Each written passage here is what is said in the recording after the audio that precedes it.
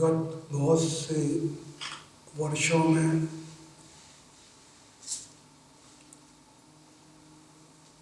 इसी स्थान पे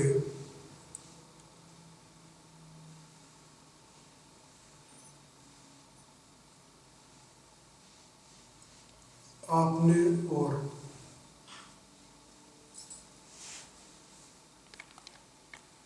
हमने अनेकों तात्विक चर्चाएं, आध्यात्मिक चर्चाएं निरंतर करते रहे।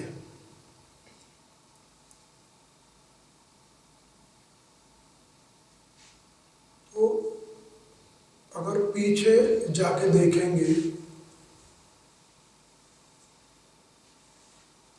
तो जो सामग्री है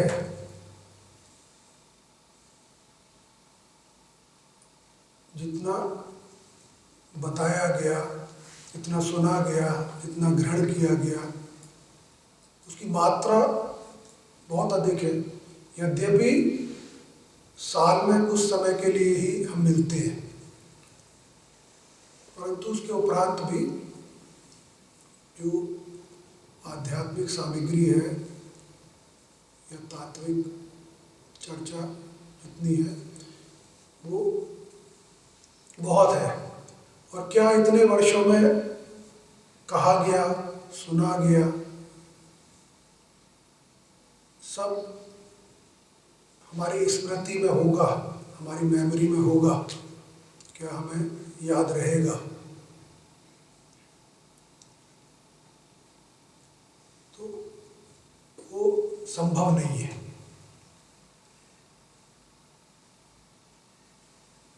अगर मैं उदाहरण के लिए कहूँ कि हम अनेकों पिछले वर्षों में कितनी मात्रा में भोजन हमने किया होगा, तो उसकी क्वांटिटी या वो सामग्री जो है वो कितनी संख्या में कितनी ज़्यादा होगी। लेकिन क्या वो हमारे पास है? तो भोजन जो किया,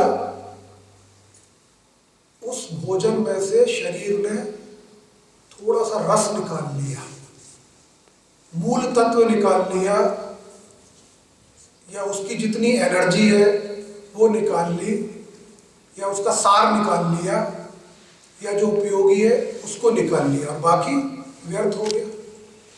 क्यों व्यर्थ हो गया? क्योंकि इतना अगर सब रखा है, किलो किलो, अब तक सैकड़ों किलो खा लिया होगा, कहाँ रखोगे उसको? उसको रखने का स्थान नहीं है ना। लेकिन उतने सारे में से जो रस निकला होगा वो बना, उससे एनर्जी या ऊर्जा का निर्माण हुआ, और उस ऊर्जा का प्रयोग अपने काम धंधे में और रोज के उसमें कर लिया। तो वो ऊर्जा नित्य बन रही है और नित्य उपयोग हो रही है। ऐसे तो हो रहा है। इसी प्रकार जो मैंने कहा कि आध्यात्मिक चर्चा, आध्यात्मिक सामग्री, आध्यात्मिक ज्ञान जो इतना गत बहुत से वर्षों में, 20 सालों में या उससे भी ज़्यादा वर्षों में, हर व्यक्ति के लिए समय अपना है, वो कितने समय से है, लेकिन वो सारा रख नहीं सकते। तो उस सब का सार सूक्ष्म रूप में जो है वो हमारे पास रह जाएगा,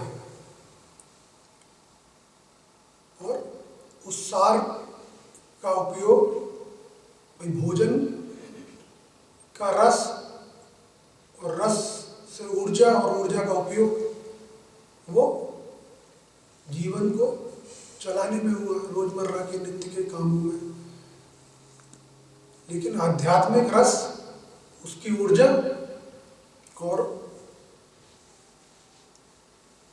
जो सूक्ष्म रह गया उसका भी कोई उपयोग है।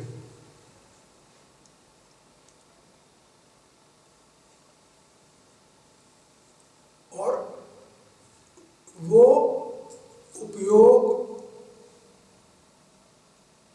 कुछ जीवन का जो पर्सपेक्टिव है, दृष्टिकोण है, नजरिया है, उसमें परिवर्तन के लिए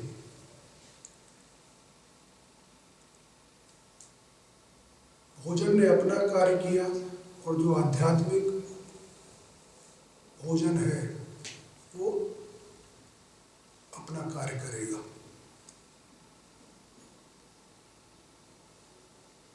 व्यक्ति सामान्यतः उसके व्यक्तित्व में जटिलताएं हैं, कॉम्प्लेक्सिटीज हैं, बहुत कॉम्प्लेक्स। एक कॉम्प्लेक्स तो होता है हीन भावनाएं और एक होती है कॉम्प्लेक्सिटी, जटिलताएं। जटिलता मतलब सुलझा हुआ व्यक्तित्व नहीं है। और जटिलताएं अगर व्यक्तित्व में होंगी तो वही जटिलताएं आगे जाके जीवन में आ जाएंगी। अगर व्यक्ति जटिल है, उसमें कॉम्प्लेक्सिटीज से भरा हुआ है, तो उसका जो जीवन है उसमें भी कॉम्प्लेक्सिटीज आ जाएंगी, जटिलताएं आ जाएंगी। जटिल का अर्थ हुआ कि सरल नहीं है, आसान नहीं है। उस व्यक्ति से निभाना, उससे संबंध रखना कठिन हो गया, क्योंकि वो जटिल है। और ऐसा नहीं है कि कोई जटिल है, कोई सुलझा हुआ है। जटिलता सभी के अंदर है, कम या ज्यादा मात्रा उसकी क्या है वो अलग है, क्योंकि हर व्यक्तित्व अलग है। हर व्यक्तित्व, हर व्यक्ति अलग है और वो कुछ एक समान और कुछ अलग प्रकार की जटिलताओं से घिरा हुआ है। कुछ में समानता है, कुछ अलग अलग है। और ये जो जटिलताएं हैं वो व्यक्ति अपने अंदर नहीं देख रहा होता, दूसरे की वो देख रहा होता है। और वो जटिलताएं दूर हो जाए और व्यक्ति दूसरा मेरे अनुकूल हो जाए और परिस्थितियां मेरे अनुकूल हो जाएं, ऐसी कामना या प्रयास रहता है। जीवन को चलाने के लिए मेरे हाथ में नहीं है या मेरी शक्ति में नहीं है, मेरे सामर्थ्य में नहीं है कि मैं दूसरे की जटिलताओं को दूर कर लूं या स्थितियों की, परिस्थितियों की, चुनौतियों की, समस्याओं की जटिलताओं को दूर कर लूं,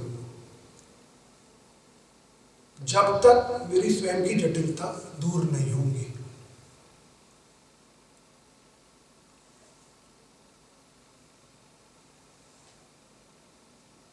अगर मेरी स्वयं की जटिलताएं मैंने दूर कर ली तो उससे क्या होगा, जो अभी मैंने कहा, मेरा पर्सपेक्टिव चेंज होगा, मेरा दृष्टिकोण बदलेगा परिस्थितियों की तरफ और व्यक्तियों की तरफ। अर्थात अब मुझे कुछ ऐसा तरीका, ऐसी रेमेडी मिल गई जो मेरा क्लेश था, आत्मक्लेश था, मुझे पता नहीं था कि मैं कैसे इस चीज़ों से पार पाऊँ, कैसे स्थिति को बदलूँ, कैसे चीज़ों को बदलूँ। तो मैं आत्मक्लेश में था, परेशान था, चीज़ों से घिरा हुआ था, क्योंकि मेरे आसपास के व्यक्ति तो बदलेंगे नहीं, ना परिस्थिति बदलेगी, वो तो वही रहेंगे। तो मैं जब वो जटिलताओं को दूर करता हूँ, जटिलताएं दूर कैसे होती है, वही आध्यात्मिक रस जो गुरु कह रहा है, समझाने का प्रयास कर रहा है, तो वो मेरी कॉम्प्लेक्सिटीज को, जटिलताओं को दूर कर रहा है। मेरी कमजोरियों को, जटिलताओं से कमजोरियां पैदा होती है, भावनाओं की कमजोरी, इमोशनल वीकनेसेस।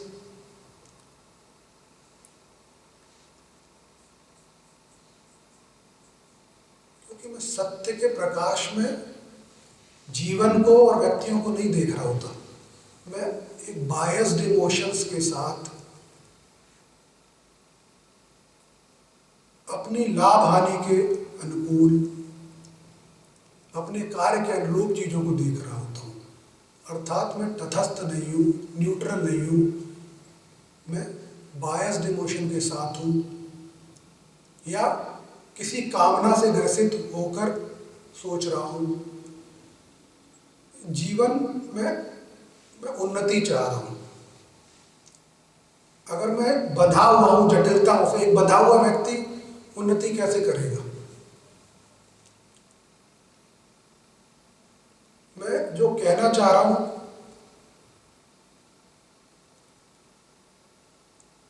वो बहुत व्यावहारिक या प्रैक्टिकल बात कह रहा हूँ। हमारी बड़ी आशा होती है, हम क्लेश में रहते हैं, परेशान होते रहते हैं, झींकते रहते हैं, शिकायतें कंप्लेंट्स उसमें रहते हैं, चीज़ें संभल नहीं रही होती, निरंतर चलता रहता है। किसके ऊपर उसका असर हो रहा है, किसको फर्क पड़ रहा है? अंततः स्थिति को बदलना चाहिए ना, मेरी स्थिति को बदलना चाहिए। और स्थिति रोने झींकने शिकायतों से तो बदलने वाली नहीं है। स्थिति बदलेगी जब मैं अपनी जटिलता दूर करके अपना दृष्टिकोण बदल दूंगा।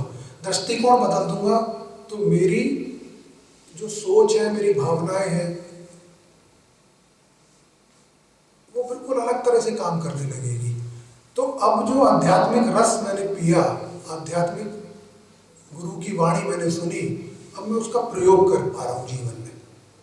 सुन के चला गया, अच्छा लगा, बुरा लगा, समझ आया, नहीं आया, वो कार्य नहीं है, क्योंकि वर्षों की मेहनत है उसके पीछे। मुझे अध्यात्म मुझे व्यक्ति के रूप में तटस्थ करता है, न्यूट्रल करता है।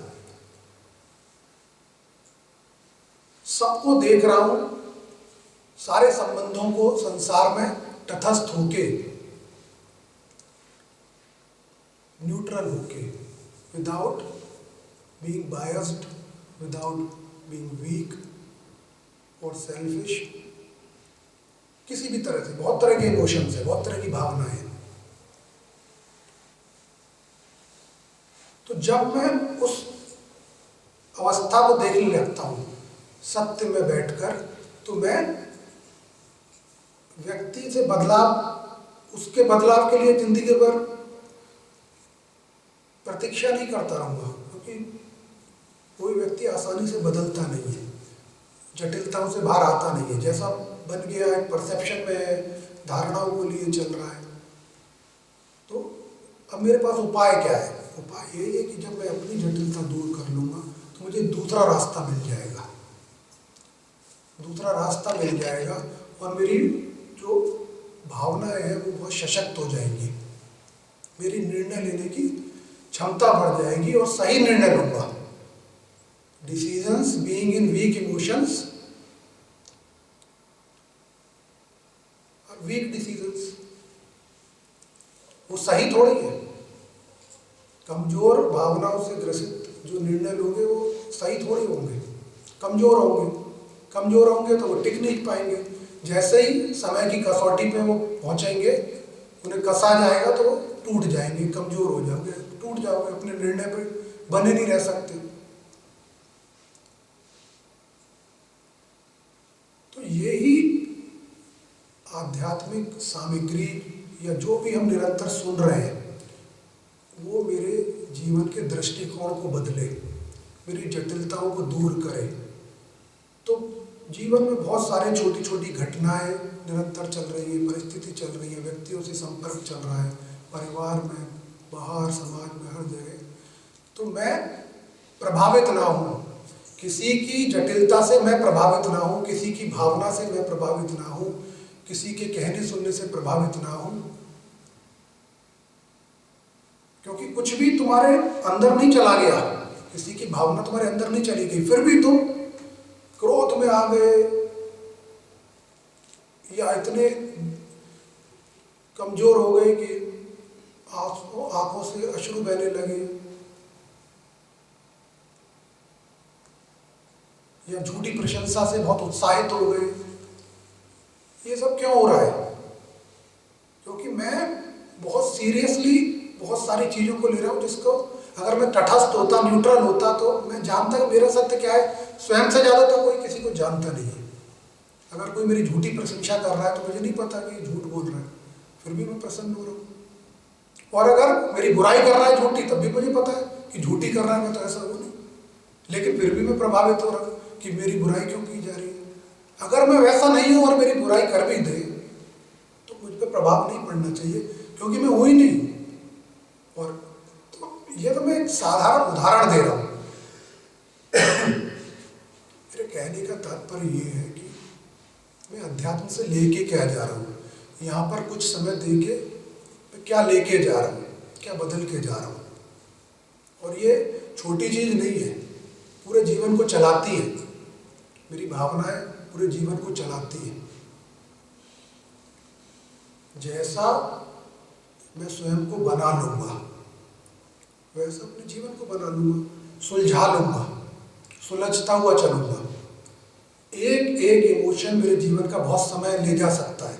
अगर किसी का हृदय टूट गया प्रेम में, एक इमोशन सालों उसके निकाल सकता है। अगर कोई बहुत क्रोधित हो गया और उसको अटैक आ गया, तो जीवन में उसका बहुत बड़ा नुकसान हो सकता है। कोई भी एक पर्टिकुलर भावना मेरा बहुत बड़ा नुकसान कर सकती है और फायदा भी कर सकती है। निर्भर करता है कि किस तरह की उससे मैं ग्रसित हो रहा हूँ। तो अध्यात्म मुझे साफ कर देता है, सुलझा देता है, तटस्थ कर देता है। मैं स्वयं को जानता हूँ, अपने सत्य को जानता हूँ, दूसरे के को भी जानता हूँ। पता है वो नहीं बदलेगा, मुझे डील करना है, मुझे अपना रास्ता लेना है। उससे सर नहीं मारते। मेरे सामने अगर दीवार आ जाए तो मैं क्या उससे सर मारता रहूँगा कि हट जाए हट जाए। बराबर से रास्ता लूँगा ना, छोटी सी जगह मिले मैं निकल जाऊँगा। तो ये क्या है? विजडम ही तो है, विवेक ही तो है, जो मुझे सुलझा रही है कि भाई जहाँ बदलाव संभव नहीं है, जहाँ कोई चीज़ संभव नहीं है, तो मैं कहाँ बंधा रहूँ, क्यों उससे सर मारता रहूँ, सर फोड़ता रहूँ। मैं अपना रास्ता बना लूँ। और रास्ते होते हैं अगर मेरे पास स्वविवेक है, अगर मैं जटिल नहीं हूँ। और ये सारी चीज़ें कहाँ से पैदा हो रही है, वो रस कहाँ से बह रहा है जटिलताओं का? उस अहम से बह रहा है जो मेरे भीतर रहता है। जैसे मनुष्य जो शब्द है वो मन और आयुष्य दो शब्दों का संगम है, मेल है। मन और आयुष्य, तो एक पार्ट तो हो गया इसका मन और दूसरा होगा आयुष्य। मन तो तुम जानते हो क्या है, मन से ही चल रहे हैं। और दूसरा है आयुष्य, जीवन, प्राण, आयु, किसी भी रूप में देख लो। मनुष्य किससे बन गया? मन से बन गया और प्राण से बन गया, आयु से बन गया, तो मनुष्य बन गया। तो मन जो है वो मनुष्य का एक इंटीग्रल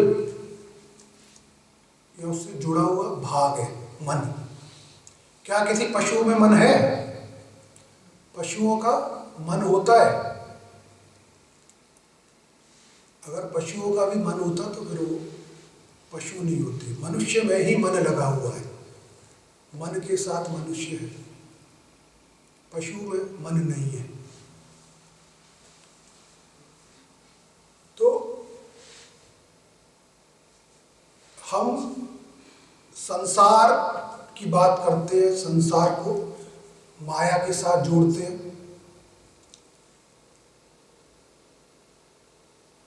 और उसका प्रभाव स्वयं पर और संसार पे हर जगह उसको बताते हैं। लेकिन हर चीज को अगर सिकोड़ते चले जाओ, छोटा करते चले जाओ, छोटा करते चले जाओ, छोटा करते चले जाओ, तो पूरा संसार सिकुड़ के छोटा होके कहाँ चला गया? मन में चला गया। मेरा जो मन है, समस्त संसार स्वयं है वो, अर्थात वो संसार अगर माया है तो मेरा मन जो है महामाया है, उसके अंदर सारी माया आ गई। तो एक तो हो गया पशु, एक हो गया मनुष्य मन के साथ, और मनुष्य में से मन हटा दो तो आयुष्य रह गया, प्राण रह गया। अगर मन हटा दिया तो प्राण रह गया खाली, और प्राण क्या है? प्राण तो स्वयं परमात्मा ईश्वर है।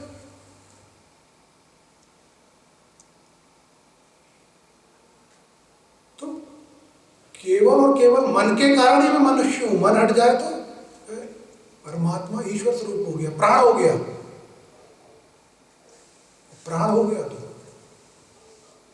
ईश्वर हो गया। और प्राण कभी भी चेतना के साथ अलग नहीं है। प्राण और चेतना हमेशा साथ है। चाहे अर्धनारीश्वर स्वरूप में ले लो, चाहे कुंडलिनी के रूप में ले लो, प्राण और चेतना का ही तो खेला है। तो मन के हटते ही मैं प्राण हो गया, और प्राण के साथ चेतना स्वयं अंतर्निहित है। तो मैं प्राण और चेतना स्वरूप ईश्वर स्वरूप परमात्मा हो गया। मन के कारण मैं मनुष्य रह गया, और मन ही मेरा वो माया है। तो मेरा कहने का अर्थ यह है कि अगर हम लाभ नहीं ले पा रहे, हम उसको धारण नहीं कर पा रहे, समझ नहीं पा रहे, तो आध्यात्मिक सामग्री उड़ेली जा रही है, उड़ेली जा रही है। अगर मैं भोजन पे भोजन किए जा रहा हूँ परंतु मेरे शरीर में नहीं लग रहा, तो वो कहाँ जा रहा है? वेस्ट होता जा रहा है, सब व्यर्थित तो होता जा रहा है। तो मेरे वो लगना चाहिए ना वो। तो आध्यात्मिक प्रवचन ज्ञान या गुरु के द्वारा कहा गया मेरे जीवन में लगना चाहिए, और उससे कुछ बदलाव दिखना चाहिए। वो जटिलताओं को दूर करने वाला होना चाहिए, मुझे सुलझाना चाहिए, जिससे कि मैं जीवन में समग्र प्रकार की व्यक्ति, चुनौती, समस्या जो भी आ रहा है, जैसा भी आ रहा है, वो क्यों आ रहा है ये मेरे सोचने का विषय नहीं है। मेरे ही क्यों आ रहा है, इस तरह का क्यों आ रहा है, ऐसा क्यों, उसका मैं संताप करूं, दुखी हूं, क्योंकि जो भी आ रहा है मेरे पास एक समय के लिए ही आ रहा है, एक समय के लिए ही मेरा जीवन है। उस समय में जो आना होगा, नहीं आना होगा, जो होना होगा वो हो जाएगा। उस समय के बाद तो ना मैं हूं, ना समस्या है, ना चुनौती है, ना जो व्यक्ति मेरे जीवन में है वो कुछ भी तो नहीं है। एक सीमित समय के लिए होना है जो होना है, और एक सीमित समय में ही मुझे जो है जागृत हो जाना है, जटिलताओं से मुक्त हो जाना है। हर चीज का समय सीमित है, नियत है, उतने समय।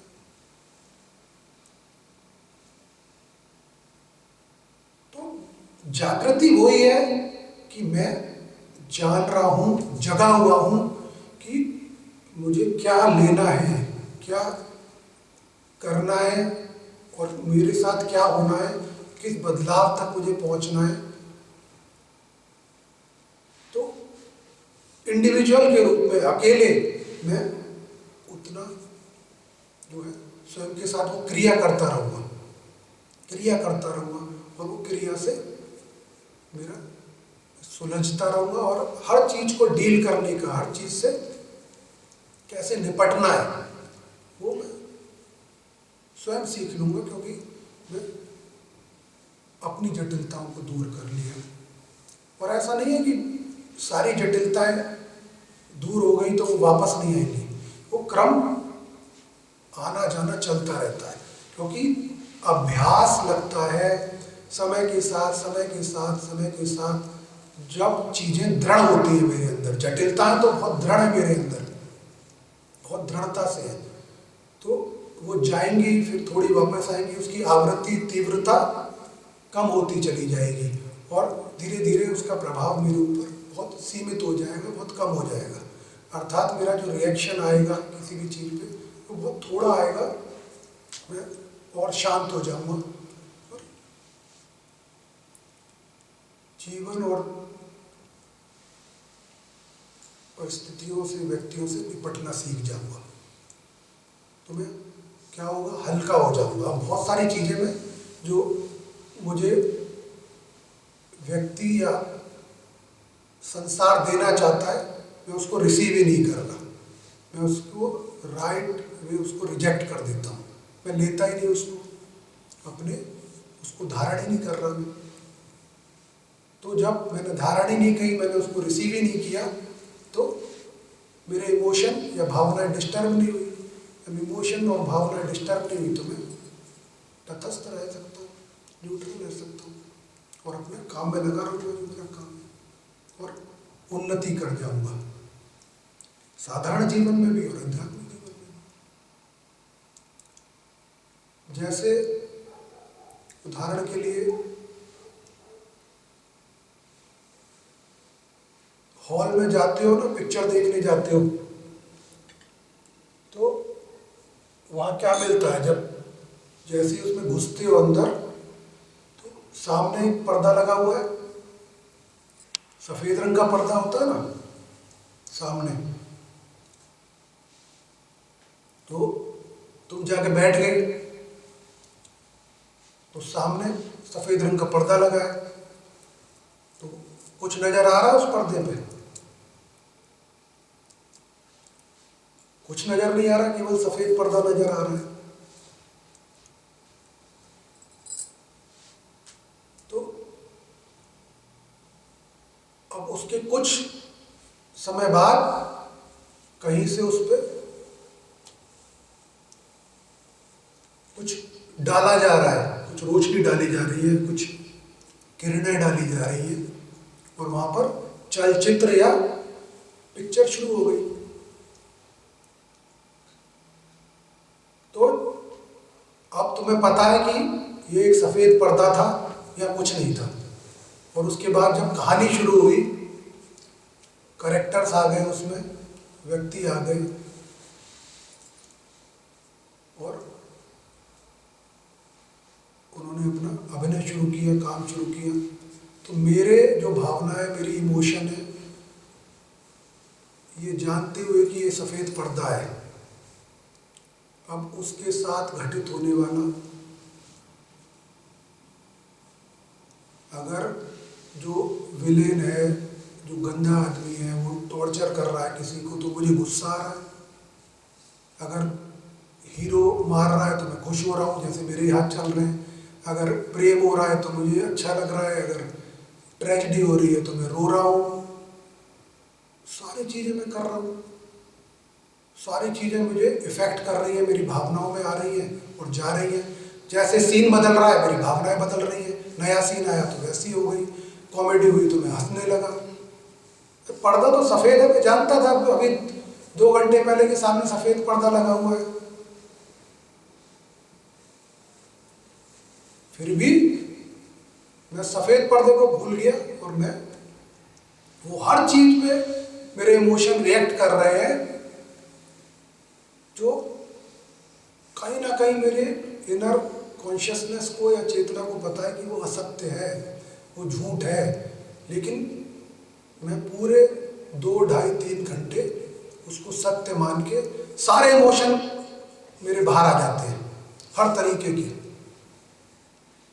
जितने इमोशन वो डायरेक्टर जिसने पिक्चर बनाई वो बाहर लाना चाहता है, वो सारे मेरे बाहर आ गए इमोशन। और उसके बाद वो पर्दा फिर सफ़ेद हो गया, रोशनी बंद हो गई, पर्दा सफ़ेद हो गया, पर्दा सफ़ेद हो गया, कहानी खत्म, बाहर निकलो और जाओ। यही मेरे जीवन की कहानी है। मेरा पर्दा सफ़ेद है, कोई इमोशन नहीं है, कुछ नहीं है। जब बालक पैदा होता है तो उसके अंतर मन नहीं है उसका, वो पर्दा जो था सफ़ेद हॉल में, वो मन का पर्दा है। और बालक के अंदर जो पर्दा होता है उसमें कोई इमोशन नहीं होता, वो सफ़ेद है, एकदम सफ़ेद है। तो फिर क्या हो रहा है, उस पे संसार से रोशनी डाली जा रही है। कैसे? जो मेरी इंद्रियां हैं, मेरी आंखें हैं, मेरी नाक है, मेरे कान है, मेरी जिह्वा है, मेरे स्पर्श है, ये सब क्या है? ये वही है जो अलग अलग छेद से रोशनी नहीं आती, पर्दे पर डलती है, तो अब ये सीन, अब ये सीन, वो एब्जॉर्बर है, वो ग्रहण कर रहा है, एब्जॉर्व कर रहा है। तो इंद्रियां जो है वो बाहर संसार में देख रही है और वो एब्जॉर्व कर रही है उसके पर्दे पर। अंदर जो उसका चित्त एकदम साफ सफेद है, उसका पर्दा मन का साफ है, उस पर प्रतिबिंब बन रहे हैं, उस पर वो पिक्चर चलनी शुरू हो रही है अंदर, और धीरे धीरे वो बड़ा हो रहा है, बड़ा हो रहा है। तो जैसे मेरे हॉल में बैठे बैठे सारे इमोशंस डेवलप हो गए, उसके अंदर भी वो इमोशंस डेवलप हो रहे हैं। तो उसको युवा हुआ, प्रौढ़ हुआ, वृद्ध हुआ, कितने सारे इमोशंस उसने बना लिया। उसका सफेद पर्दा तो रहा ही नहीं, भूल गया, क्योंकि जीवन की कहानी तो लंबी है। हॉल की कहानी तो 2-2.5 घंटे की थी, खत्म हो गई, तुम बाहर आ गए, भूल गए, अच्छी थी, बुरी थी, थोड़ी देर चर्चा हुई, समाप्त हो गई। जीवन तो लंबा है ना, जब तक चलोगे तब तक कोई ना कोई पिक्चर उस पर बनती रहेगी, बाहर से पढ़ता रहेगा, आज इसने ये कह दिया, आज मैंने ये देख लिया, कानों से ये सुन लिया, आज मैंने ये चख लिया, आज इसने छू लिया। अर्थात मेरी जो इंद्रियां हैं वो अलग अलग जो होल बने रहते हैं, वहाँ से कुछ ना कुछ प्रकाश आता रहेगा, वो मेरा मन का जो पर्दा है वो एब्जॉर्व करता रहेगा, एब्जॉर्व करता रहेगा। अर्थात सब झूठ था, लेकिन सब सत्य की तरह ग्रहण हो रहा है। और एक समय है, पिक्चर का समय 2.5 घंटे का, 3 घंटे का, समाप्त हो जाएगी, मेरी पिक्चर भी समाप्त होगी। ये पिक्चर कुछ सालों की है, मेरी पिक्चर भी समाप्त हो जाएगी, तो क्या रहेगा? कुछ भी मेरे मन के ऊपर उस पर्दे पर रह जाएगा? कुछ नहीं होगा, पर्दा फिर सफेद हो जाएगा जैसा पैदा हुआ था। मुर्दे को हिलाते रहो, पूछते रहो इमोशन, कि तू मेरा बाप था, तू मेरी माँ है, जब वो कुछ ना, वो माँ रहा, ना बाप रहा, ना बेटा रहा, कुछ भी नहीं रहा, क्योंकि उसका पर्दा सफेद हो गया, सारे इमोशन खत्म, पिक्चर खत्म, कहानी खत्म। तो ये क्या है? जागृति तो है, तटस्थ हो गया, वो दोबारा न्यूट्रल हो गया। जैसे बच्चा न्यूट्रल था, उसका कोई इमोशन नहीं था, किसी तरह का, मुर्दा भी न्यूट्रल हो गया, वो भी तटस्थ हो गया। तटस्थ से तटस्थ जाना है, बीच में सारी पिक्चर चलेगी। अब मैं लेके तलवार और भाला लड़ मरूं, दूसरे को कुछ कह लूं, उससे सुच सुन लूं, वो बुराई कर लूं, अच्छाई कर लूं, कुछ भी करता रहूं, झूठ के प्रपंच में मैं कुछ भी कर लूं, तो मैं प्रभावित नहीं। यही तो जटिलताएं हो रही है, complexities, these are the complexities of life. मैं बनाता जा रहा हूं और उसको सत्य मान के सारे इमोशंस डिलीवर कर रहा हूं। मेरी पिक्चर को कोई डायरेक्ट कर रहा है जीवन की। तो अगर मैं जागृत हो गया तो मेरा व्यवहार वो नहीं रहेगा। और क्या एक जागृत व्यक्ति दूसरे को से ये एक्सपेक्टेशन करेगा कि ये ऐसा करे, ये ऐसा बदल जाए? उसे पता है कि भाई जब तक जागृत नहीं होगा तब तक सुधार नहीं होगा, बदलाव नहीं होगा, तब तक वो समझेगा ही नहीं। तो मैं कैसे कर सकता हूँ उसको?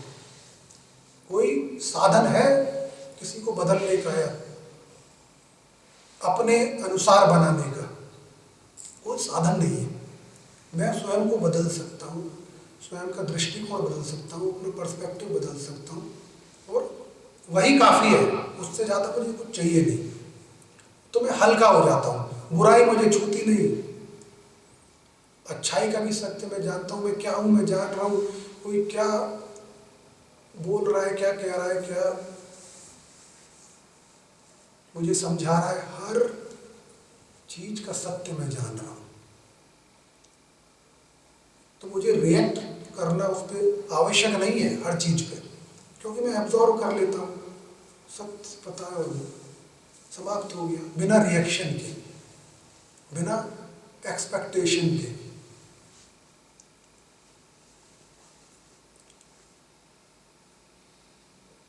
तो जीवन सरल हो जाता है, जीवन सरल हो जाता है और उन्नति होती है, आगे बढ़ जाता है व्यक्ति, क्योंकि अब जटिलताएं नहीं है। जटिलताएं बंधन की तरह, बंधन की तरह है जो मुझे बांध लेती है। मैं बार बार भूल जाता हूँ कि मैं सीमित समय के लिए हूँ। हर व्यक्ति सोचता मैं तो परमानेंट हूँ, मुझे तो जाना ही नहीं, मैं तो यही रहूँगा। तो समय मेरा सीमित है, उसमें कितनी पीढ़ियों के लिए मैं क्या बदलाव कर जाऊंगा, सबके लिए क्या स्क्रिप्ट लिख जाऊंगा कि ऐसा ऐसा ऐसा ऐसा ऐसा और मैं ये चाहता हूँ ऐसा हूँ। कल को क्या होगा, उसके बाद आगे वाला क्या करेगा, उसके बाद वाला क्या करेगा, मैं क्या किसको रोक लूंगा, किसके लिए लिख जाऊंगा कि ऐसे ऐसे करना है, और कौन मेरी मान लेगा लिख भी जाऊं तो? कोई नहीं मानने वाला। तो मैं अपने को आज क्लेश में कर रहा हूं, आत्म क्लेश में बैठा हूं और परेशान। इतने सारे कारण मैंने बना दिए उस क्लेश के, वो कारण कैसे जागृत हो जाएंगे और कैसे सुधर जाएंगे, मैं खुद ही उन्हें छोड़ने को तैयार नहीं हूं। तो सारी माया के अंदर मेरा स्वयं का मन है, तभी मनुष्य हूं। अध्यात्म मुझे मेरे उस मन को हटाता है, कहता है तू प्राण रह जा, केवल तू आयुष्य रह जा, प्राण रह जा, मन मत बन, मन से अलग हो जा। मनुष्य से, मनुष्य के जीवन में ही तू मनुष्य से प्राण की ओर चल, मनुष्य से प्राण की ओर चल। और मन को धीरे धीरे धीरे, मन भी ढीठ है, आसानी से तो छोड़ेगा नहीं तुम्हें।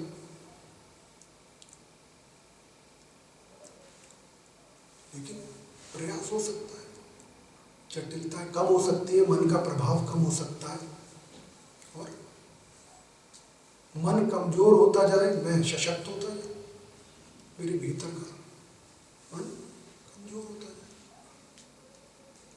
तो ये कोई कहने या सुनने की बात नहीं, बहुत व्यवहारिक है, बहुत प्रैक्टिकल है, जीवन में अपनाकर उपयोग की जा सकती है और जीवन सुधारा जा सकता है, जीवन के निर्णय लिए जा सकते हैं और जीवन में उन्नति की जा सकती है। बहुत सारे उसका कारण मैं स्वयं हो जाता हूँ, क्योंकि मैं बहुत सारे तरह तरह के कमजोर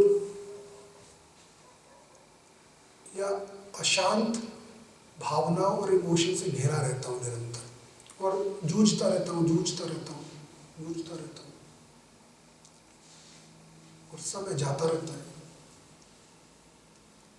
और जो भी ये समय ही है, उसके बाद तो कोई इमोशन, ना मन रहेगा, ना शरीर रहेगा, ना संबंधी रहेंगे, ना संबंध रहेंगे, सब स्वयं ही कंट्रोल में आ जाएंगे, खुद ही अपने। तो अगर मैं सत्य को सत्य की तरह धारण कर लूं, तो मेरे जीवन की बहुत सी जटिलताएं जो है वो दूर हो जाएंगी, जटिलताएं दूर हो जाएंगी। तो अब मेरे बंधन खुल गए, बंधन खुल गए, तो मेरी जो गति है, मेरा जो मोमेंटम है वो तेज हो गया, मेरी प्रगति, मेरी उन्नति तेज हो गई, कमजोरी मेरी दूर हो गई, कम हो गई। और जागृत होना भी निरंतर जरूरी है। एक बार जागृत होने के बाद ऐसा नहीं है कि वापस नहीं आएंगी चीजें, वो वापस आएंगी। तो मुझे अपनी जागृति को बनाए रखना है।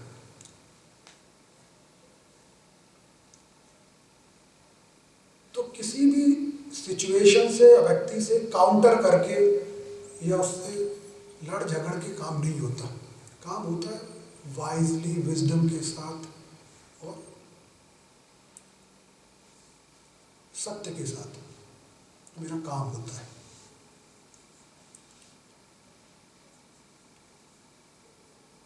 एक उदाहरण तो मैं देता हूं।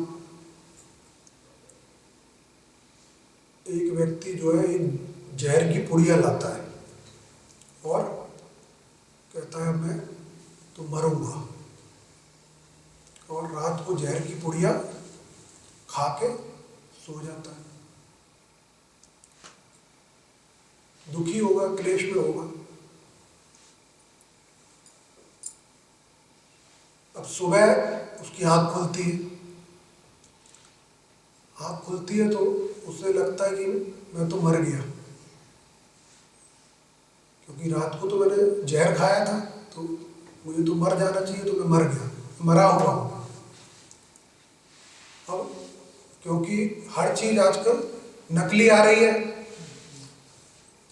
आती है ना, तो जहर भी किसी ने नकली दे दिया, उसको पैसे ले लिए, तो अब उसको तो मरना पड़ेगा क्योंकि उसने 10 रुपये खर्च किए थे। अगर वो नहीं मरा तो वो 10 रुपये व्यर्थ हो जाएंगे। तो उसने कहा ऐसा तो हो नहीं सकता कि मेरे 10 रुपये व्यर्थ हो जाए, मैं तो मर गया। तो उसने खुद को मरा हुआ मान लिया। अब वो उठा, आंखें खोली बिस्तर पर, तो उसकी पत्नी जो काम कर रही थी रसोई में, उसने कहा कि जो है स्नान कर लो और मैं भोजन बना रही हूँ। तो वो वहीं से लेटे लेटे बोला कि मैं तो मुर्दा हूँ, मुर्दे को स्नान की क्या आवश्यकता है, और न भोजन की आवश्यकता है, मेरा भोजन मत बनाओ, और ना मुझे स्नान करना है, मैं तो मुर्दा हूँ। तो उसने सोचा ऐसे ही सुबह का समय मजाक कर रहा है, तो सीरियसली ले लिया। तो थोड़ी देर बाद आई, बोली उठिए, अभी तक उठे नहीं, जाके अपना स्नान करो, भोजन तैयार हो गया है। बोला मैं बताया नहीं, मैं तो मर चुका हूँ, मैं तो मुर्दा हूँ, मैं उठ नहीं सकता, मैं तो मुर्दा हो गया, मरा हुआ हूँ। तो थोड़ा सा उसको लगा कि हिला के कि कहाँ मुर्दा हूँ, तो जिंदा हूँ। बोला नहीं, मैं तो मुर्दा हूँ, तो मर चुका हूँ। बहुत कोशिश की, उसने फिर बुलाया और घर में लोगों को ये उठाओ समझाओ, उन्होंने सबसे कह दिया कि मैं तो मुर्दा हूँ, मैं तो उठ ही नहीं सकता, मैं तो मर चुका हूँ। मैं तो सब फिर परेशान होने लगे, उन्होंने कहा सीरियस है भाई बात, तो ये तो हो सकता है कोई दिमागी परेशानी है, थोड़ा पागलपन है कि साइकोलॉजिकल है, क्या चक्कर है, फिर इसको चलो डॉक्टर के पास, साइकोलॉजिस्ट के पास लेके चलो। तो उसको उठा के पकड़ के ले गए क्लिनिक में उसको डाल लिया। अब डॉक्टर आया तो समझाने लगा, देखो तुम्हारी आंखें खुल रही हैं, तुम्हारे ये हाथ हिल रहे हैं तुम्हारा। बोला ये सब कुछ भी हो रहा है, लेकिन मैं तो मुर्दा हूँ, मैं मर चुका हूँ, मैं पता ही नहीं है। ने बहुत समझाया कि सारी पढ़ाई और विद्या लगाई उसके ऊपर कि भाई मान जा, तो जिंदा है, लेकिन नहीं माना। तो बोला अच्छा एक बात बताओ कि एक बात तो तुम मानोगे कि किसी मुर्दे को अगर काटा जाए तो उसके खून नहीं निकलेगा। तो बोला हाँ ये तो मैं मानता हूँ। तो बोले अच्छा तो चलो मैं तुम्हें दिखाता हूँ। छोटा सा चाकू लाया, उसमें थोड़ा सा चीरा लगाया उसके, और उसमें खून बहने लगा धारा के साथ। तो बोला देख लो हमारे खून बह रहा है इतना, तो अब तो मानोगे। बोला हाँ आज एक बात और सिद्ध हो गई कि वो जो बोला जाता था आज तक कि मुर्दे के खून नहीं निकलता, वो भी झूठ था। मुर्दे के खून भी निकलता है। एक और नई चीज पता लग गई है। अब डॉक्टर ने भी माथा पकड़ लिया कि भाई इसका कुछ नहीं हो सकता। उसने कहा भाई इसको ले जाओ, इसको जिंदा नहीं कर सकता मैं। तो इसको समझ रहे हो ये हो क्या रहा है। असल में जीवन में होता क्या है कि व्यक्ति की जो कामना है या कोई धारणा है, उसको सिद्ध करने के लिए वो तर्क गढ़ लेता है, आर्गुमेंट बना लेता है और उनसे चुपका रहता है। अगर मैंने मान लिया मैं मुर्दा हूं तो मैं मुर्दा होने के तर्क गढ़ लूंगा और उन तर्कों को सिद्ध करने के अपने सारे प्रयास करूंगा। तो मनुष्य अपनी गलती को या अपने जीवन में कोई चीज को स्वीकार नहीं करता, वो उसको सिद्ध करने के लिए झूठे तर्क या झूठे आर्गुमेंट तैयार कर लेता है और उनको सिद्ध करने का हर संभव प्रयास करता है बार बार। वो मानता नहीं है। तो अर्थात मैं सत्य को स्वीकार करने के लिए तैयार नहीं हूं। मैं अपने तर्क वैसे ही बना लूंगा कि एक जैसे जिंदा आदमी खुद को मुर्दा सिद्ध करने के सारे तर्क गढ़ लेता है, उसी प्रकार व्यक्ति जो है अपने मन के अनुसार, अपनी कामना के अनुसार, अपनी इच्छा के अनुसार, जैसा वो सोच रहा है, जैसी उसकी सोच है, उसको सिद्ध करने के लिए वैसे ही झूठे तर्क गढ़ लेगा और उन्हें बताता रहेगा। ऐसा हमने जीवन में अनुभव भी किया होगा अपने आसपास अपने लोगों के साथ। हमें पता है कि ये झूठ है, लेकिन वो तर्क दिए जा रहा है उसके पक्ष और उसको सिद्ध करने का प्रयास कर रहा है। तो जैसा मेरा मानस और मन होगा ना, मैं वैसे ही तर्क गढ़ लूंगा, वैसे ही कहानियां बना लूंगा, वैसे ही समझाने का प्रयास करूंगा। एक और उदाहरण देता हूं इसी का तुम्हें। एक बार एक कुत्ता जो है सड़क पे चल रहा था, तो किनारे पे उसे पेड़ दिखा, उस पेड़ पे एक पतली सी टहनी पे एक बिल्ली बैठी हुई थी और हवा चल रही थी जोर से, वो टहनी बार बार हिल रही थी। जब कुत्ते ने ये देखा तो उसके मुंह में पानी आने लगा कि ये तो पतली सी डाल पे बैठी है, तो ये तो गिरेगी नीचे। तो वो नीचे जाके बैठ गया उसकी। वो बिल्ली आंख बंद करके ऊपर डाली पे बैठी हुई थी और हवा से डाली तेज तेज हिल रही थी। कुत्ता बैठा रहा, इंतजार करता रहा, ये गिरे तो मेरे पास मौका मिले। बहुत देर हो गई, डाली टूटी नहीं। जब डाली नहीं टूटी, बिल्ली गिरी नहीं, तो कुत्ते ने भौंकना शुरू कर दिया गुस्से में। जब उसने भौंकना शुरू कर दिया तो बिल्ली की आँख खुल गई। बिल्ली की आँख खुल गई तो बिल्ली उसके ऊपर चिल्ला के पड़ी कि मैं इतना अच्छा सपना देख रही थी आँख बंद करके, और बिल्कुल सपना सच होने वाला था कि तूने भौंकना शुरू कर दिया मेरा सारा।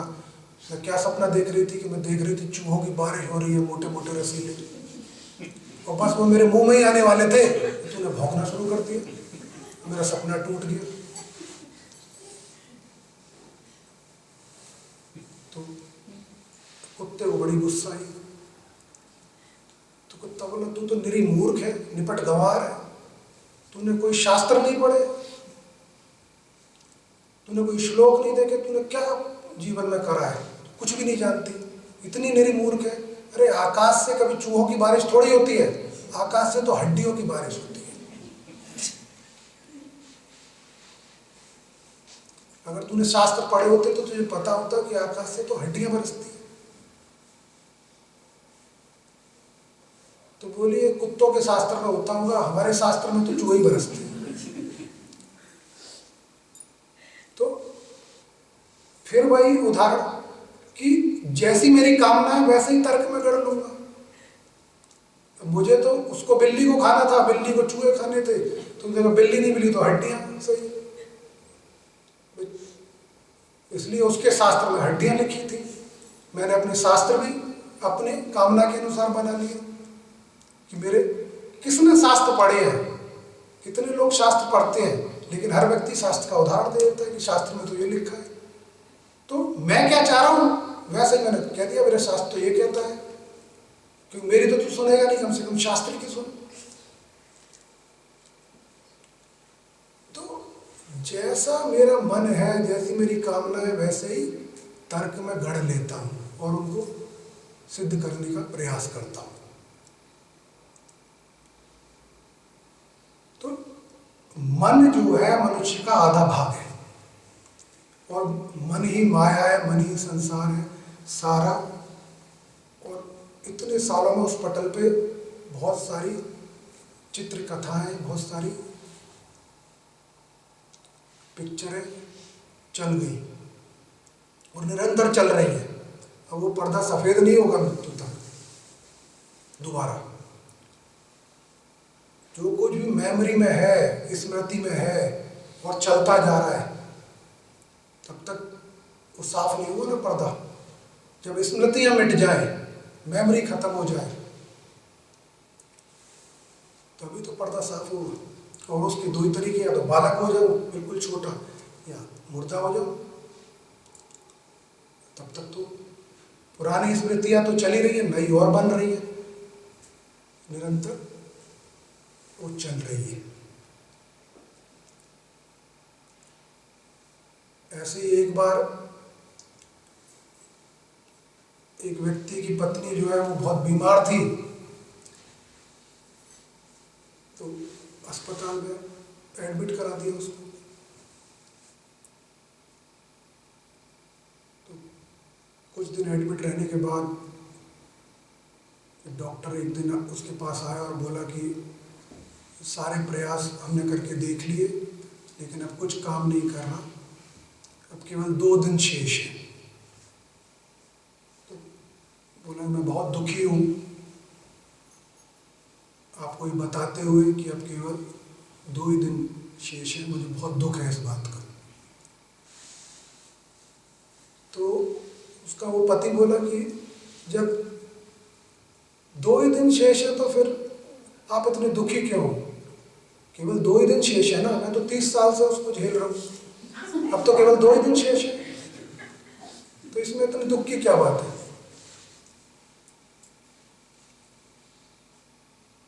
तो उन्होंने कहा आप जाके मिल लो उससे।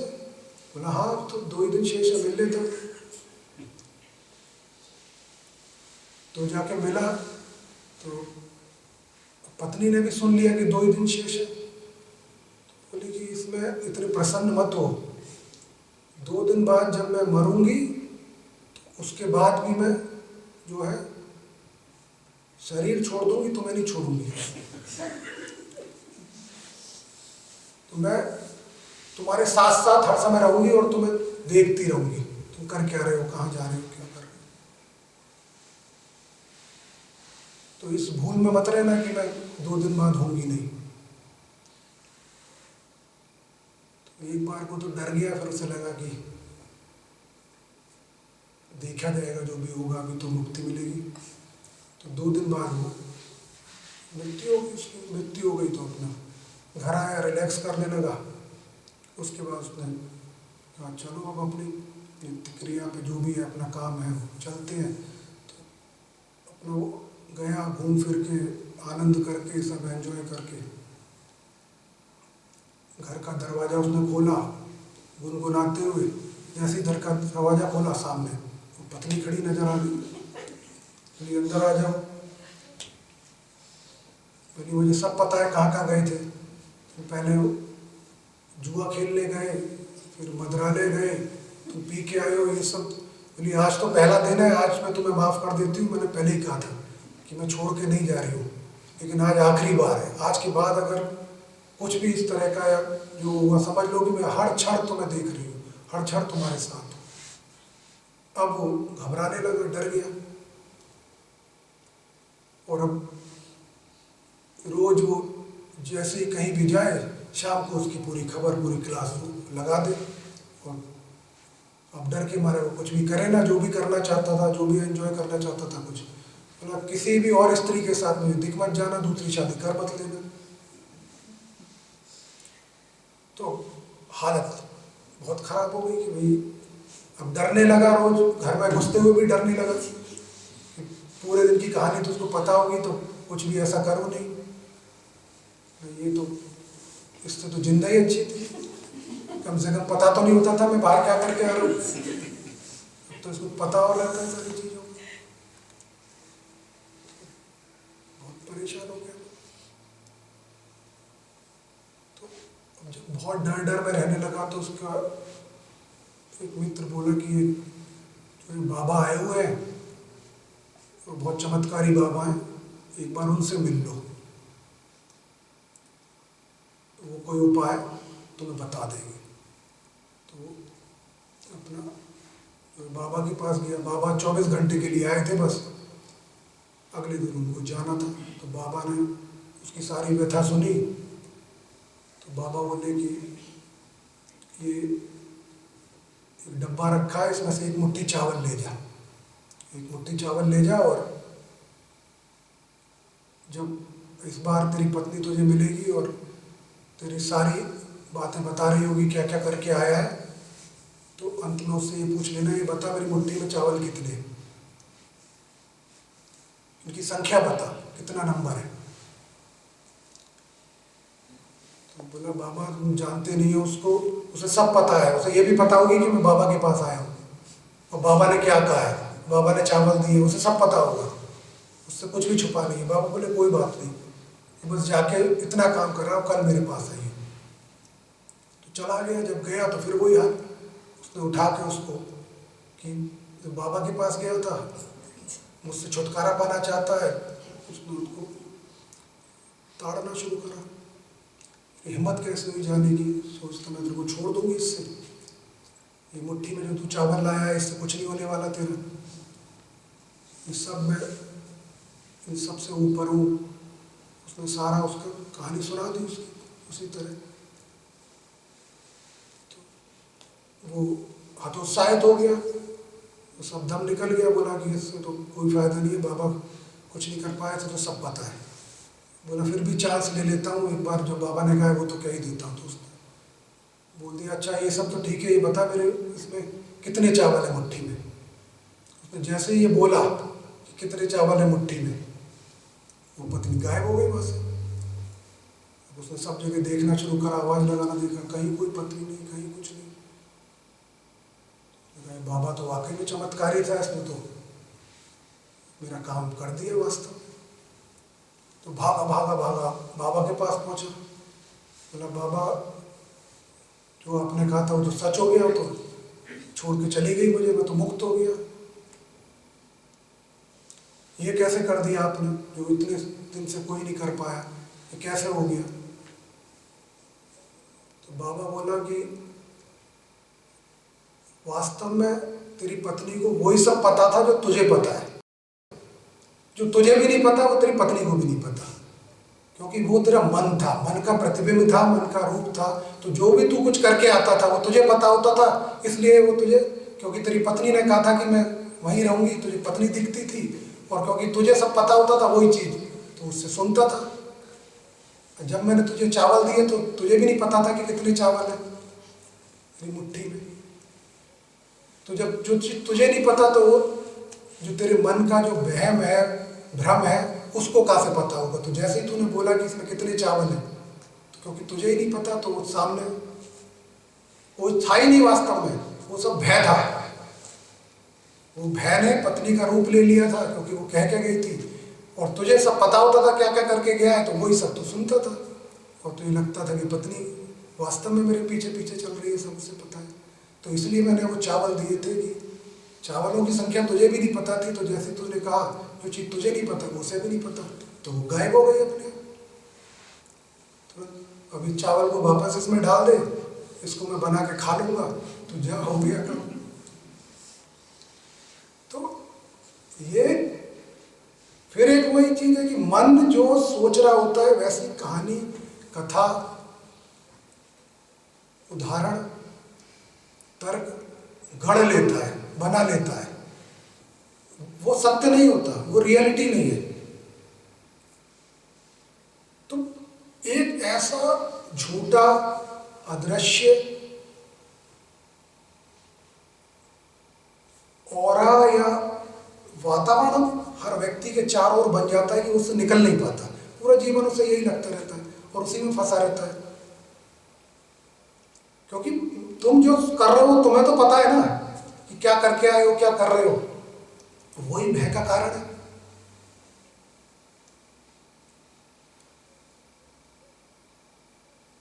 कोई भूत प्रेत या पत्नी या पति नहीं आने वाला।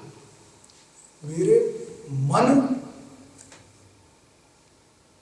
के बनाए हुए जो कमजोरियां हैं, जो भावनाएं हैं, जो जटिलताएं हैं, वो पूरे जीवन को नष्ट कर रही होती है। कोई भय से घिरा हुआ है, कोई अहंकार से घिरा हुआ है, कोई ईर्ष्या से घिरा हुआ है, कोई वैमनस्य से घिरा हुआ है, कोई वासना से घिरा हुआ है, कोई किसी रूप में घिरा हुआ है। हर व्यक्ति, वो दिखती है क्या किसी को, वो है, एग्जिस्ट करती है, कुछ भी नहीं है, लेकिन उनका प्रभाव कितना गहरा है जीवन के ऊपर कि पूरा जीवन खा रहा है, पूरा व्यक्तित्व को खा रहा है, खा रहा है ना। ये कैसे दूर होगा। ये सब उसी भूतनी की तरह है, उसी भूत की तरह है जो मेरे चारों तरफ घूम रहा है, मेरे रोज मुझे दिख रहा है, रोज मेरे को अनुभव हो रहा है, रोज मैं उससे निपट रहा हूँ, लेकिन छूट नहीं पा रहा।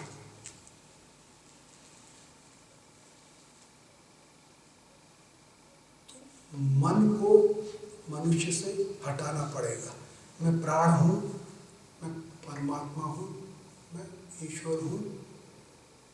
मन मेरी कमजोर कड़ी है, मन ही माया का स्वरूप है, मन ही मेरे भीतर संसार स्वरूप है। मन से प्राण में हो जाऊं, मनुष्य से ईश्वर में हो जाऊं। और क्या ये केवल कहने की बात है? ऐसा संभव नहीं है। संभव है। जैसे मैंने कहा कि भोजन में से थोड़ा सा रस और उस रस से ऊर्जा, ऊर्जा से कार्य है। उसी प्रकार आध्यात्मिक वचनों से मैं वो रस ले लूँ, वो जागृति ले लूँ, और जागृति से वो ऊर्जा, जो ऊर्जा मेरी जटिलताओं को, मेरी कमजोरियों को, मेरी भावनाओं को दूर करे। सत्य में रहूं, असत्य का घेरा, असत्य का प्रपंच मुझे घेरे ना रखे, मेरा समय नष्ट ना कर दे, क्योंकि समय ही है मेरे पास, बाकी सब तो नष्ट हो जाएगा। तो वो समय मेरा नष्ट ना रह जाए। मेरे अंदर बहुत संभावनाएं हैं, बहुत पॉसिबिलिटीज हैं, बहुत पोटेंशियल है, लेकिन मेरी कमजोरियां उस पोटेंशियल को, उस क्षमता को बाहर नहीं आने देती। जरूरी नहीं है कि तुम संसार का हर कार्य करोगे, हर कार्य के लिए हर व्यक्ति नहीं बना, लेकिन जो कार्य उसको करना है उतना करने का सामर्थ्य ईश्वर ने उसको दिया है। उतना मैं कर सकता हूं जो मुझे करना है, लेकिन मैं अपने सामर्थ्य तक पहुंचूं तो सही, उसको पहचानूं तो सही, उसको मानूं तो सही। इतनी सारी जटिलताएं हैं, मैं उन्हीं से जूझता रहता हूं। एक्सपेक्टेशंस परिणाम नहीं लाती। मैं क्या चाहता हूं वो परिणाम नहीं लाएगा, वो रिजल्ट नहीं लाएगा। मेरे चाहने से कुछ नहीं होगा, मेरी कामना से कुछ नहीं होगा। कामना भटकाव है, कामना तुम्हें वही दिखाएगी जो वो दिखाना चाहती है, पर वो सत्य नहीं होगा। यही मन का प्रपंच है, यही मन का तिलिस्म है।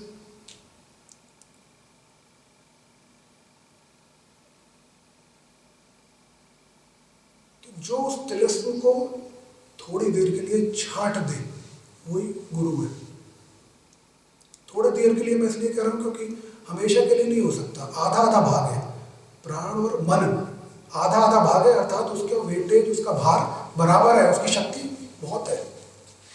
हमेशा के लिए तुम्हें खुद प्रयास करना होगा, बार बार थोड़े समय के लिए हटेगी, लेकिन उसको हमेशा के लिए दूर किया जा सकता है। उसकी तीव्रता को कम किया जा सकता है, इंटेंसिटी को कम किया जा सकता है, अभ्यास के साथ, समय के साथ, सत्य को धारण करके। और मेरी व्याकुलता जो बहुत से कारणों से है, मेरे संबंधों में, मेरे जो काम मैं करता हूँ, जो मेरा रोजगार है, व्याकुल रहता हूँ, परेशान रहता हूँ, वो सेटल हो जाएगी, कम हो जाएगी। कोई भी यहाँ एक्सेप्शनल है क्या? कोई किसी भी डेजिग्नेशन पे बैठा हो, कितना भी बड़ा हो, कितना भी चतुर हो, कितना भी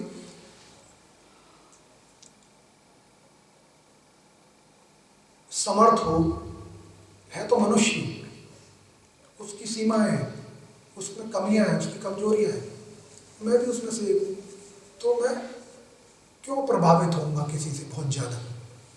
क्यों इतना इन्फ्लुएंस हो जाऊंगा, या क्यों इतना भयभीत हो जाऊंगा? कुछ भी नहीं होगा, न्यूट्रल रहूंगा। मेरे भावनाएं जो है वो तटस्थ रहेंगी, न्यूट्रल रहेंगी, बायस्ड नहीं होंगी, फियरफुल नहीं होंगी। तो मेरी परफॉर्मेंस बढ़ जाएगा,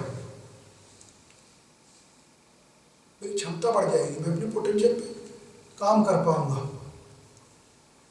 तो बदलेगा नहीं, चीजें बदलेंगी, अच्छा करूंगा ना। तो अध्यात्म को संभावनाएं पैदा करता है, मुझे स्वयं से परिचय कराता है मेरा कि मैं हूं क्या।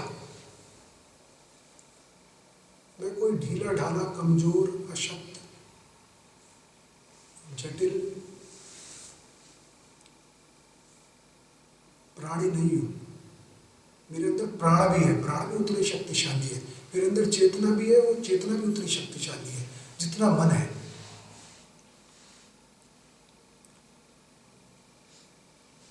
तो जो मैं झोंके खाता हूं इधर से उधर, मन से प्राण, प्राण से मन, वो धीरे धीरे एक दिशा की तरफ ज्यादा हो जाएंगे। उसके मेरा परफॉर्मेंस बढ़ जाएगा, मेरा व्यक्तित्व जो है बदल जाए। ये सब हो सकता है, ये कहने वाली चीजें नहीं है केवल कि मैं सुनाने के लिए कह रहा हूँ। ये हो सकता है over a period of time, समय के साथ समय लगता है लेकिन हो सकता है। और ये जो चमत्कार हम चाह रहे होते हैं ना कि बाबा के पास जाए, बाबा ने क्या चमत्कार किया? बाबा ने तो चावल दिया था, वो खाना था बाबा को अगले दिन बना के। बाबा ने कोई चमत्कार किया था? कोई चमत्कार नहीं था, चमत्कार है ही नहीं। चमत्कार यही है जो तुम्हारे साथ होगा, जो तुम स्वयं करोगे, वो वास्तव में चमत्कार है। वो कोई नहीं कर सकता और दुनिया में तुम्हारे अलावा, उससे बड़ा कोई चमत्कार नहीं है। सब बाबा बन जाओ, फिर सब चमत्कारी हो गए। तो अगर मैं उसकी पोटेंसी को, उस सार को, उस रस को, उस विश्वास के साथ, उस फेथ के साथ, जेन्युइनिटी में आके ग्रहण कर लूँ, रिसीवर बन जाऊं, बदलाव के लिए प्रस्तुत हो जाऊं, तो ऐसा नहीं है कि सुधार नहीं होगा। सुधार निश्चित होगा और बहुत सुंदर होगा, चमत्कारी होगा। और गुरु का जो खर्च की हुई शक्ति है वो उपयोगी हो जाएगी उस दिन, नहीं तो निरर्थक हो जाएगी। अगर वो बदलाव नहीं हो रहा, अगर वो कुछ सार्थक सुधार नहीं हो रहा, तो निरर्थक ही हो गई ना। पूरे साल बच्चे को पढ़ाया और फिर वो फेल हो गया, तो अध्यापक की तो सारी पढ़ाई निरर्थक रही, अर्थ थोड़े रहा उसमें।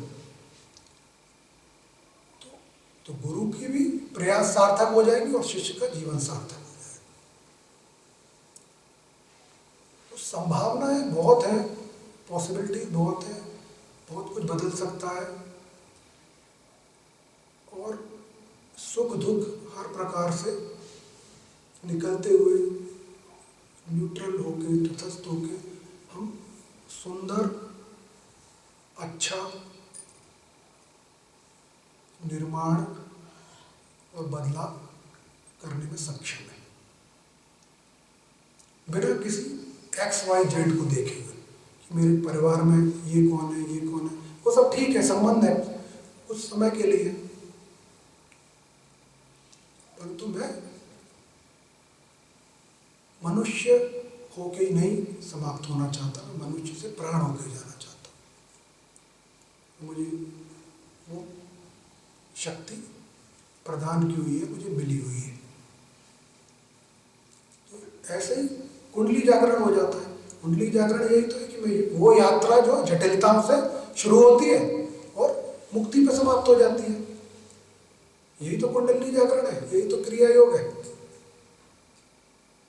अगर मैं बहुत सहजता से, मैं चाहता हूँ कि सरलतम शब्दों में उसको कह सकूं और सरलतम रूप में तुम उसको ग्रहण कर लो, तो कुछ ना कुछ तो अच्छा होगा, कुछ ना कुछ तो सार्थक होगा। झूठे तर्क मत गढ़ो, झूठे कामनाओं के अंतर्गत मत जियो, सत्य में जियो। जो है उसको मान के जियो, जैसा मैं हूँ वहाँ से स्वीकार करा और वहाँ से परिवर्तन किया, वहाँ से चीज़ों को बदलना शुरू किया। अब ये जो कहते हैं सुख दुख, लाभ हानि, जय पराजय, ये सारी चीज़ें तो साथ साथ चलेंगी एक निश्चित समय के लिए। उस समय के लिए है बस, हमेशा थोड़ी है। पिक्चर खत्म हो जाएगी, पर्दा सफ़ेद हो जाएगा, समाप्त हो जाएगी। फिर ना सुख रहेगा, ना दुख रहेगा, ना लाभ रहेगा, ना हानि रहेगी, ना जय, ना पराजय, ना मान, ना अपमान, कुछ भी नहीं रह जाएगा। है कि नहीं? ये भी हम जानते हैं लेकिन भूल जाते हैं, तुरंत भूल जाते हैं। तो ये जो है कमजोरियां हैं जो बार बार दूर की जाती है लेकिन अपने स्थान पे वापस आ जाती है। अभ्यास मन का है, जो मैं निरंतर अभ्यास करता हूँ तो मन कमजोर होता है, प्राण प्रबल होते हैं। पशु से मनुष्य, मनुष्य से प्राण, ईश्वर मुखी होके मैं मुक्त हो सकूं। पहले तो संसारिक बंधनों से मुक्त हो जो स्वयं में बंधे हुए हैं। मुक्ति तो कहीं से आरंभ होगी ना, तब तो फाइनल मुक्ति होगी, कहीं से आरंभ होगा। क्योंकि जकड़न तो बहुत है, जटिलता तो बहुत है, बंधन तो बहुत है। तो यही मेरा सबको प्रेमपूर्ण आग्रह है, निवेदन है, आदेश है। जो तुम्हें समझना है समझ लो, पर सार्थक हो जाए गुरु की वाणी तुम्हारे सार्थक जीवन के द्वारा, व्यर्थ ना हो जाए। यही प्रयास है, यही आशीर्वाद है। मैं अपनी जागृति की आंखों को खुला रखूं, चीजें संतुलित हो जाएंगी, बैलेंस हो जाएंगी, समझ जाएंगी, जीवन समझ जाएगा।